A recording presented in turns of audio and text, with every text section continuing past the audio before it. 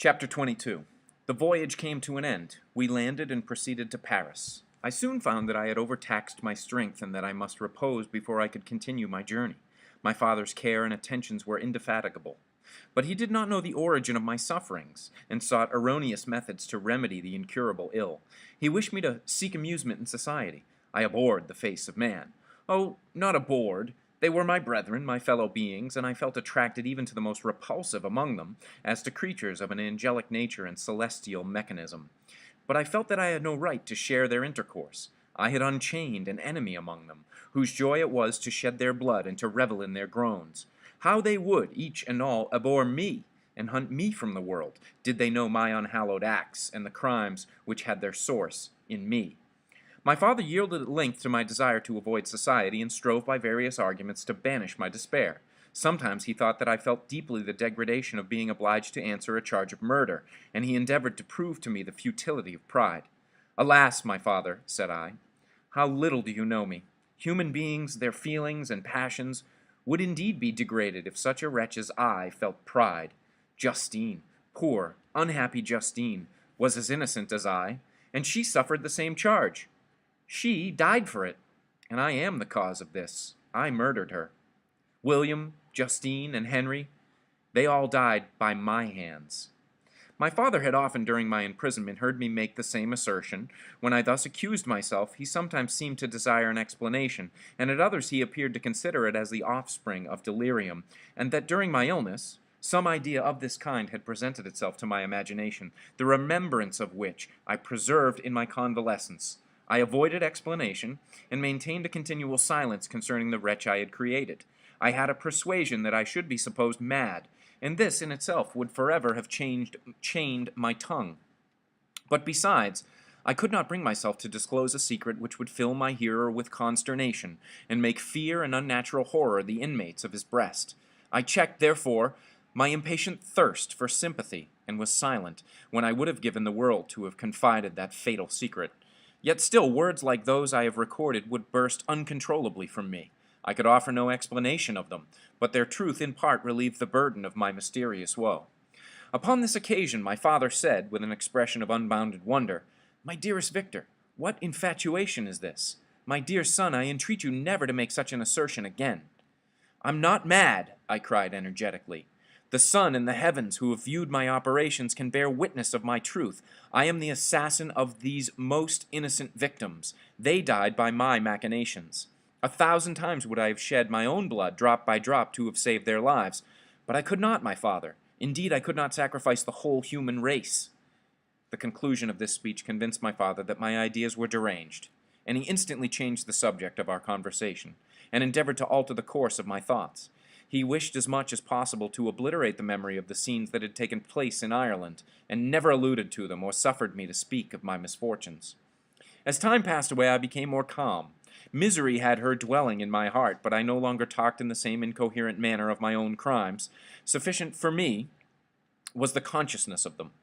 By the utmost self-violence I curbed the imperious voice of wretchedness, which sometimes desired to declare itself to the whole world, and my manners were calmer and more composed than they had ever been since my journey to the Sea of Ice. A few days before we left Paris on our way to Switzerland, I received the following letter from Elizabeth. "My dear friend, it gave me the greatest pleasure to receive a letter from my uncle dated at Paris. You are no longer at a formidable distance, and I may hope to see you in less than a fortnight. My poor cousin, how much you must have suffered!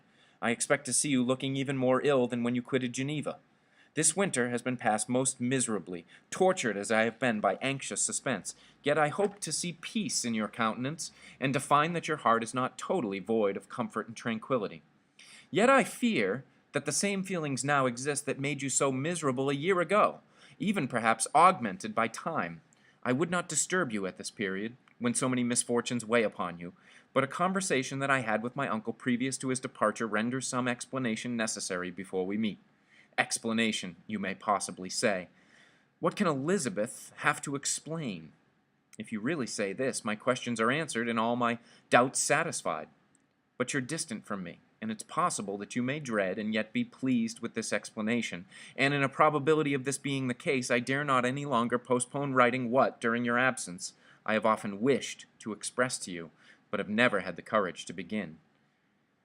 You well know, Victor, that our union had been the favorite plan of your parents ever since our infancy. We were told this when young, and taught to look forward to it as an event that would certainly take place. We were affectionate playfellows during childhood, and I believe, dear and valued friends to one another as we grew older.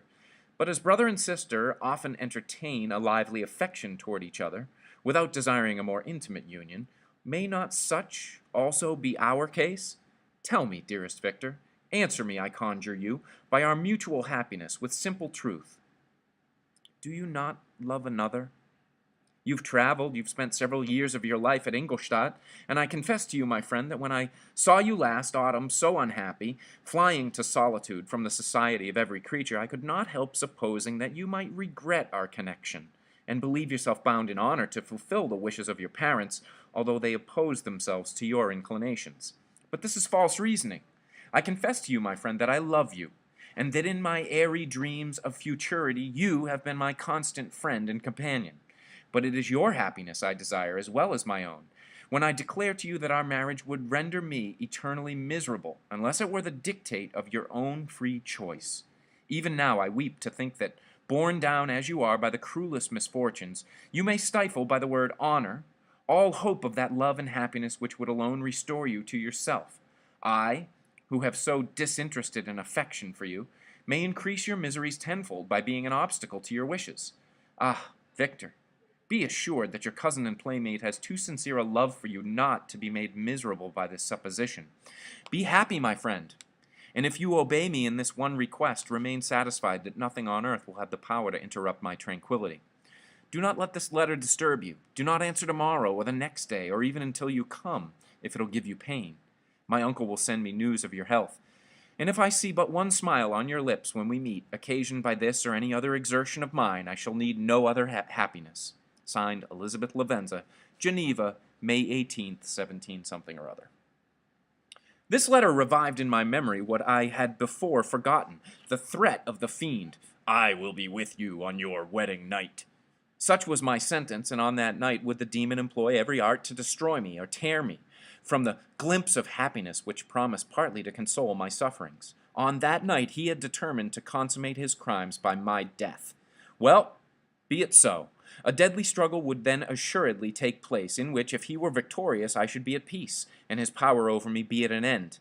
If he were vanquished, I should be a free man. Alas, what freedom, such as the peasant enjoys when his family have been massacred before his eyes, his cottage burnt, his lands laid waste, and he is turned adrift, homeless, penniless, and alone but free. Such would be my liberty, except that in my Elizabeth I possessed a treasure, alas, balanced by those horrors of remorse and guilt which would pursue me until death. Sweet and beloved Elizabeth, I read and reread her letter, and some softened feeling stole into my heart, and dared to whisper paradisiacal dreams of love and joy, but the apple was already eaten, and the angel's arm bared to drive me from all hope. Yet I would die to make her happy. If the monster executed his threat, death was inevitable. Yet again I considered whether my marriage would hasten my fate. My destruction might indeed arrive a few months sooner, but if my torturer should suspect that I postponed it, influenced by his menaces, he would surely find other and perhaps more dreadful means of revenge. He had vowed to be with me on my wedding night, yet he did not consider that threat as binding him to peace in the meantime. For as if to show me that he was not yet satiated with blood, he had murdered Clerval immediately after the enunciation of his threats. I resolved, therefore, that if my immediate union with my cousin would conduce either to hers or my father's happiness, my adversary's designs against my life should not retard it a single hour. In this state of mind I wrote to Elizabeth. My letter was calm and affectionate. "I fear, my beloved girl," I said, "little happiness remains for us on earth, yet all that I may one day enjoy is centered in you. Chase away your idle fears. To you alone do I consecrate my life and my endeavors for contentment. I have one secret, Elizabeth, a dreadful one. When revealed to you, it will chill your frame with horror, and then, far from being surprised at my misery, you will only wonder that I survive what I've endured. I will confide this tale of misery and terror to you the day after our marriage shall take place. For my sweet cousin, there must be perfect confidence between us. But until then, I conjure you, Do not mention or allude to it. This I most earnestly entreat, and I know you will comply." In about a week after the arrival of Elizabeth's letter, we returned to Geneva. The sweet girl welcomed me with warm affection, yet tears were in her eyes, as she beheld my emaciated frame and feverish cheeks. I saw a change in her also. She was thinner, and had lost much of that heavenly vivacity that had before charmed me. But her gentleness and soft looks of compassion made her a more fit companion for one blasted and miserable as I was. The tranquillity which I now enjoyed did not endure. Memory brought madness with it, and when I thought of what had passed, a real insanity possessed me. Sometimes I was furious and burnt with rage, sometimes low and despondent. I neither spoke nor looked at anyone, but sat motionless, bewildered by the multitude of miseries that overcame me.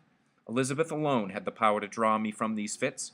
Her gentle voice would soothe me when transported by passion, and inspire me with human feelings when sunk in torpor.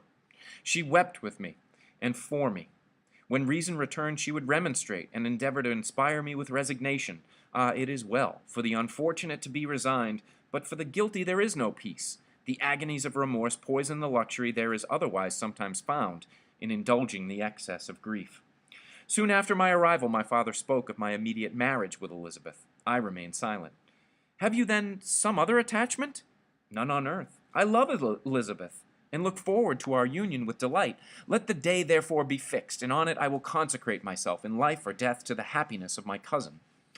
"My dear Victor, do not speak thus. Heavy misfortunes have befallen us, but let us only cling closer to what remains, and transfer our love for those whom we have lost to those who yet live. Our circle will be small, but bound close by the ties of affection and mutual misfortune, and when time shall have softened your despair, new and dear objects of care will be born to replace those of whom we have been so cruelly deprived." Such were the lessons of my father.